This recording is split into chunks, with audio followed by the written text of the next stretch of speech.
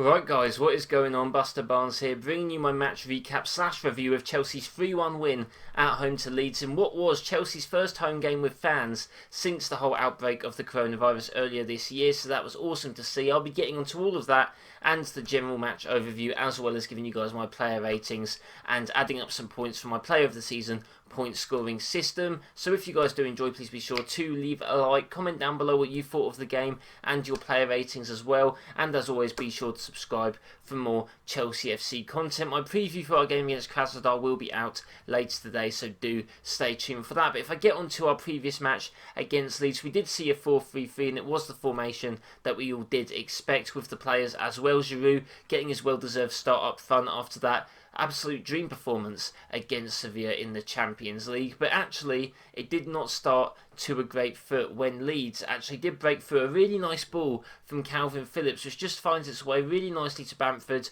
who gets past the keeper and puts the ball in the back of the net. Now, if you guys remember my own prediction, I did think Bamford was going to score, so that didn't surprise me too much. And to be honest, I can't really fault anyone for that goal. I mean, it was just a perfectly weighted ball in between our two centre-backs. Bamford was straight onto it. Maybe you could say Mendy was a bit at fault and the communication wasn't there. He came out, was sort of found in a bit of no man's land where Bamford did knock the ball past him. I think that might be a little bit of an issue of maybe some communication, because if you think about it, guys, something that Zuma, and I'm sure Thiago Silva probably is good at as well, that they thrive at, is, chasing a centre-forward down and putting in that last-ditch slide tackle. We've seen Zuma do it loads. He actually did it later in this game as well, and maybe Mendy wasn't too sure, so he came out early. Really, what he should have done is just left it to Zuma, and I'm sure Zuma would have actually been able to make the tackle. But I guess with, potential yellow and red cards, you have to be careful with that sort of stuff. But yeah, it was 1-0 down, and that was not too great. However, we didn't take too long to reply when a key pass by Hakim Ziyech down the wing, Rhys James crosses it in, and Olivier Giroud, the man who scored for midweek, does put the ball in the back of the net. And I have to say, the Leeds goalkeeper Meslier, I've seen him in a few other games, and he looks like a pretty decent shot stopper, and he was like that for this game as well. So yeah, he had a pretty good performance, but 1-1, and when it hit 1-0, I was a bit more confident that maybe we could see us go on and win this game. They did have to make an early substitution, Leeds, when they brought on Llorente, one of their new centre-backs, which was a pretty interesting sight for the fans, I do have to say. But we also had to make a change as well. After the goal was scored, Hakim Ziyech went down, and I think he's pulled his hamstring, so a bit of a worry there, especially going into a bit of a busy period. Pulisic did come on for him. Hopefully his injury's not too bad. I'm sure we'll find out soon the extent of how long he's expected to be out. But it's still going to be maybe a week or two, so speedy recovery for him, hopefully. And it is a bit of a shame. He was actually playing quite well, so I'm sure he could have got maybe a goal or an assist if he carried on playing. It was a very end-to-end game, but we definitely had a bit more of the better chances. Leeds, we sort of kept them a bit, more outside our box. So they definitely tested us a bit, but by the end of the game, we definitely had a lot of shots. In respect to Leeds, they want to come up against these big teams, and they just want to play football. It's always a very open and attacking game, which I respect, because at the end of the day, Leeds, we all know, are going to stay up at this point in the table, so they may as well go for it against the big teams. So I do enjoy that mentality, and it did almost pay off for them, I guess you could say, as well. But the second goal did come from a corner where Mason Mount whips in a delicious ball to Kurt Zouma, who puts the ball in the back of the net. Zuma's 4th goal in the Premier League already, which is pretty awesome. We're really just exploiting his just jumping ability and heading ability in the box now, and I think we've really just sorted out our set piece system. Last season we conceded loads of set pieces and we barely scored any. This season it seems to be the opposite, at least so far. So that's awesome, and the Mount Zuma combination it seems to be something that's working at the moment. Mason Mount having a brilliant game, by the way. He was just pretty much everywhere. Tackles, interceptions, key passes. Could have had a few assists probably as well. But yeah, that was 2-1, and at that point it was very comfortable, and we probably should have scored a few more in the first half. Actually, I believe before we scored the first goal, there was actually a header which went through towards goal, which actually Timo Werner stopped from crossing the line. It's not certain whether it was going in or not, or it's going to hit the post, but Werner stops it. He has a shot, it hits the keeper and then hits the bar. Werner was a bit unlucky. He also went through and goal another time and was one-on-one versus the keeper, and Meslier, like I said, had a good performance, but Werner just really wasn't his day for scoring, like we've maybe seen a few times. But I tell you what, the one thing about him is that he does keep going and keep pushing, and he did actually eventually get an assist where in the 90th minute we broke through on a counter-attack. He just passes it down across the goal line, and Pulisic is there to hit the ball home, and maybe this means that Pulisic can hopefully find a bit more confidence, be a bit more back in form.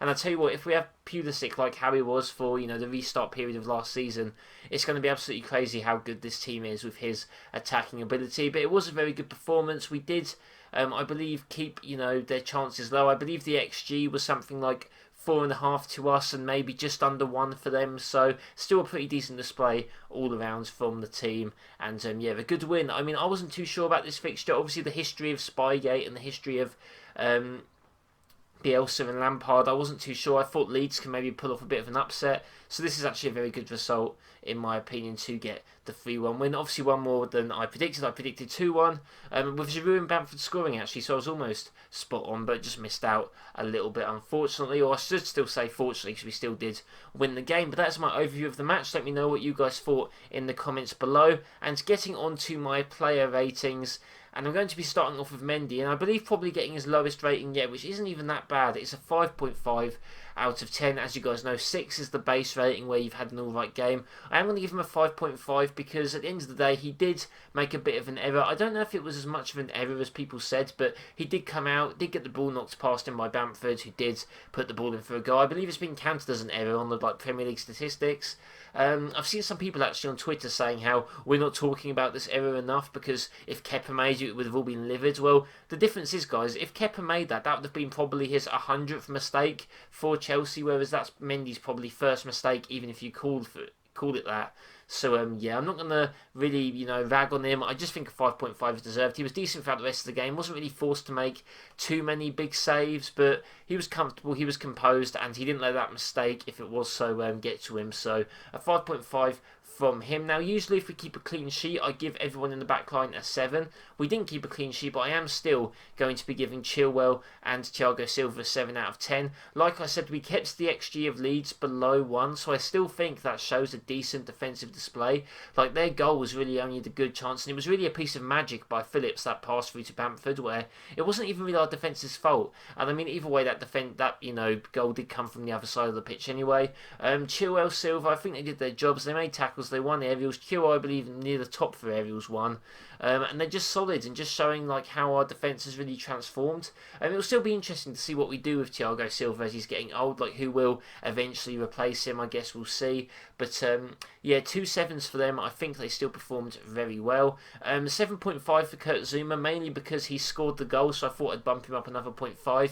4 goals in the league already. That's like more goals than Aubameyang, Rashford, Martial, and Firmino, which is absolutely hilarious, really. Obviously, it's a bit different if set pieces you expect him to score those, but 4 is pretty crazy at this point. Could we see him get into double digits? Maybe not, but I mean, that'd be pretty funny. But yeah, we've really just exploited him a lot more from these set pieces and just scoring loads. I believe this is more goals than he scored in his last however many seasons in the Premier League. Just a real big force in the air at both the defensive and attacking phase.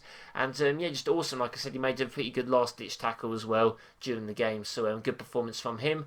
Rhys James are going to be giving an 8 out of 10. I just thought he was awesome. There was this really funny moment actually as well where he was time wasting a bit. I don't find time wasting, funny, and I don't really like seeing anyone do it. But it was where he was just acting sort of oblivious, and they were throwing the ball towards him and it was bouncing off his shoulder and off his chest, and he just sort of acted like he didn't know what was going on. That was pretty funny. Just an amazing defensive display. Really, I think our most consistent player so far this season he's been. Just really professional. It's like he's been on the team for years, and he's only, I believe, is it 20 or 21 years old? Absolutely crazy. I think he's really going to be a future Chelsea great, to be honest. And actually, someone got on the end of his cross. He got the assist for Giroud, and it's not often we get to say that, one of his really good balls, actually someone gets on the end and puts it in, but that happened. Hopefully, more of that can happen as well. And yeah, just a great display from him, so he's going to get an 8 out of 10. Obviously, he's not going to get higher just because we did concede the 1 goal, which did also come from his side, to be fair. In the middle, we're going to give N'Golo Kante a 7 out of 10. Thought he had a good performance. Nothing necessarily amazing or outstanding, but won the ball, drove up the pitch. Maybe I could have given him a 7.5, to be fair. Maybe a 7's a little bit harsh, but he's just been awesome in that role, that holding role in the three. And considering he's got two sort of like more attacking players in front of him, even though Mount does get back, they do their work. He's really just putting in a shift. He's everywhere. I think he's really benefiting from Lampard giving him the rest he needs. And I just think that Kante's really thriving in his role. And whilst it maybe wasn't the biggest game to write home about, it was still a solid performance by him. And he deserves a bit of recognition. Kai Havertz, I'm going to give a 6 out of 10. First half, I wasn't very impressed with him at all. I thought he sort of gave away the ball a little bit, was maybe a bit too casual. I mean, he's definitely going to have to adapt to being an 8 because obviously he's going to have a lot more pressure around him than if he was, on the wing or maybe a bit further forward. And he definitely, if he makes mistakes, there's definitely less cover for him, or at least a bit. He's still got Kante behind him and stuff, so he should be alright. But he definitely picked up his game in the second half, but not too much that I'd, give him anything above a 6. We need to obviously remember that he did have COVID, and apparently it affected him fairly badly. He has to, get back up to fitness. It affects the lungs, so I don't really blame him for his performances so far, and I do think that he's definitely picked up his game with each performance he's had, so hopefully we can see him back to his best soon. Mason Mount's going to get an 8 out of 10, was just absolutely everywhere, putting in tackles, I believe. Had some dribbles as well. Could have got more assists. Obviously got the assist for Zuma with that corner. He's definitely getting a lot better at set piece delivery. Just could have really created some more, or people could have got on the end of more of his chances.